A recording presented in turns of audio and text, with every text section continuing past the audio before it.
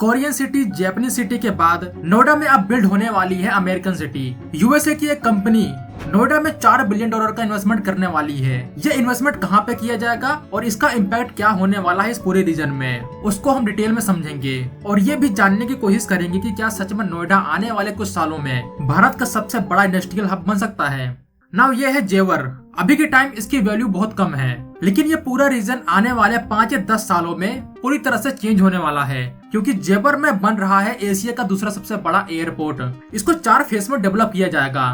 पहला फेज का काम ऑलमोस्ट कंप्लीट हो चुका है, जो अगले साल यानी अप्रैल 2025 तक ऑपरेशनल हो जाएगा। जब इस एयरपोर्ट को चारों फेज में डेवलप कर लिया जाएगा, जो कि 5000 एकड़ के एरिया में फैला होगा, तो उस टाइम ये इंडिया का तो सबसे बड़ा एयरपोर्ट होगा ही, लेकिन उसके साथ में ये एशिया का दूसरा सबसे बड़ा एयरपोर्ट भी बन सकता है। अब जो यहाँ ग्रोथ होने वाली है, जो पोटेंशियल है इस एरिया की या फिर कहूँ इस पूरे शहर की, उसको देखते हुए दुनिया भर के बड़े से बड़े इन्वेस्टर काफी ज्यादा इंटरेस्टेड है। सब चाहते हैं उनको एक बड़ा शेयर मिल जाए यहाँ की ग्रोथ में। तो इसीलिए देखा जा रहा है कि जापान, साउथ कोरिया से लेकर अमेरिकन कंपनियां भी बिलियंस में यहाँ इन्वेस्ट करने वाली हैं। पहले एक खबर आई थी कि जापान और साउथ कोरिया जेवर एयरपोर्ट के पास एक बड़ा इन्वेस्ट करने वाली है। बेसिकली यहाँ पे एक टाइप का शहर बिल्ड किया जाएगा, जिसका थीम इन देशों के शहरों से इंस्पायर होने वाला है। जो जापानीज सिटी है वो सेक्टर 5A में बिल्ड होगा, जो कोरियन सिटी है वो सेक्टर 4A में बिल्ड होने वाला है। दोनों ही सिटी लगभग 900 से 950 एकड़ के एरिया में बिल्ड होंगे, लेकिन जो अमेरिकन सिटी होगी इसका एरिया बड़ा होगा। ये ऑलमोस्ट 1200 एकड़ के एरिया में बिल्ड होने वाला है, sector 22D, 22E,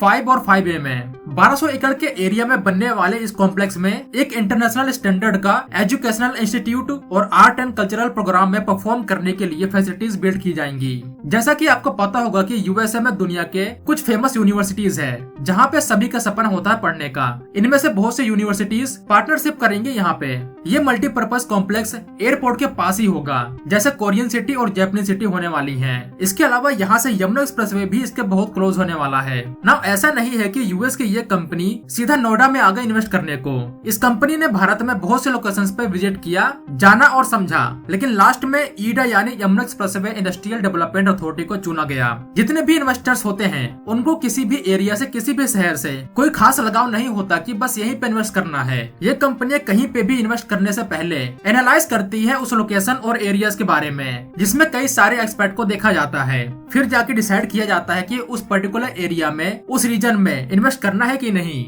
same case यहाँ का भी है। इन कंपनियों ने पूरे इंडिया में बहुत से लोकेशंस देखे, फिर जाके ग्रेटर नोएडा को चुना गया, खास करके यहाँ जेवर एयरपोर्ट के एरिया को।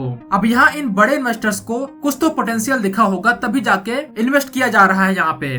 ना हमें ये भी समझना होगा कि आखिरकार नोएडा में ऐसा क्या है जो इस शहर को खास बनाती है, और फ्यूचर में ऐसा क्या होने वाला है नोएडा में। चलिए इसको भी थोड़ा डिटेल में समझते हैं। सो बेसिकली अगर आप नोएडा की लोकेशन देखें तो ये दिल्ली एनसीआर का पार्ट है, जिसको एक ग्रैंड विजन के अंडर प्लान किया गया था। इसमें गुरुग्राम भी शामिल था। जिस पर्पस के लिए गुरुग्राम और नोएडा को प्लान किया गया था, वो पर्पस ये दोनों शहर पूरा कर रहे हैं। ये पर्पस था दिल्ली को कंजेशन फ्री बनाना। गुरुग्राम को आप बोल सकते हैं कि ये शहर ऑलमोस्ट अपने फुली डेवलप स्टेज पे पहुंच चुका है, लेकिन नोएडा इसका राइज होना भी बाकी है।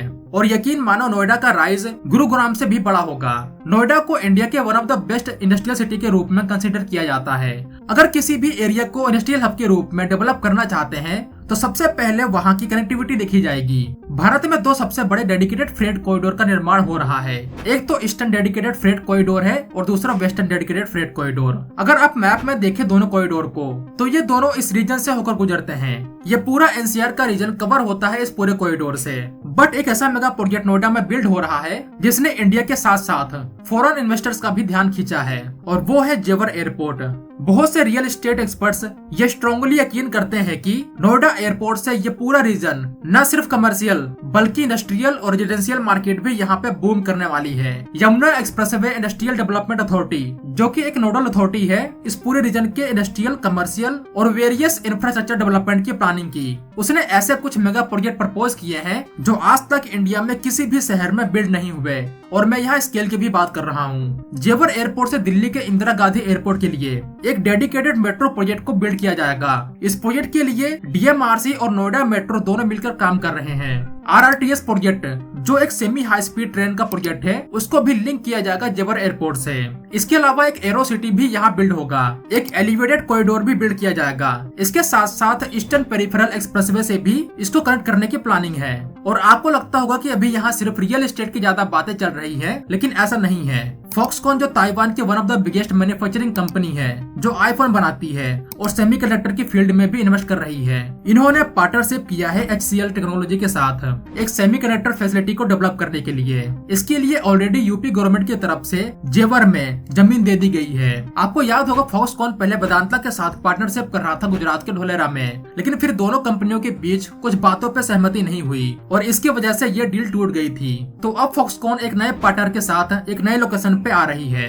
इसके अलावा फॉक्सकॉन से पहले हांगकांग की एक कंपनी भी 1.5 लाख करोड़ रुपए की सेमीकंडक्टर फैक्ट्री का अनाउंसमेंट कर चुकी है जेवर एयरपोर्ट के पास। एक्चुअली ये कंपनी पहले आगरा में अपने प्लांट को सेटअप करना चाहती थी, लेकिन आगरा में इस कंपनी को उतनी जमीन नहीं मिल रही थी जितनी रिक्वायरमेंट थी, क्योंकि यहाँ जमीन की शॉर्टेज है। इसीलिए इस कंपनी ने जेवर को चुना। तो फॉक्सकॉन यहाँ इकलौती कंपनी नहीं है जो सेमीकंडक्टर की फील्ड में इन्वेस्ट कर रही है। देखा जाए तो इसके बाद नोएडा आसानी से इंडिया की सेमीकंडक्टर सिटी बन सकती है।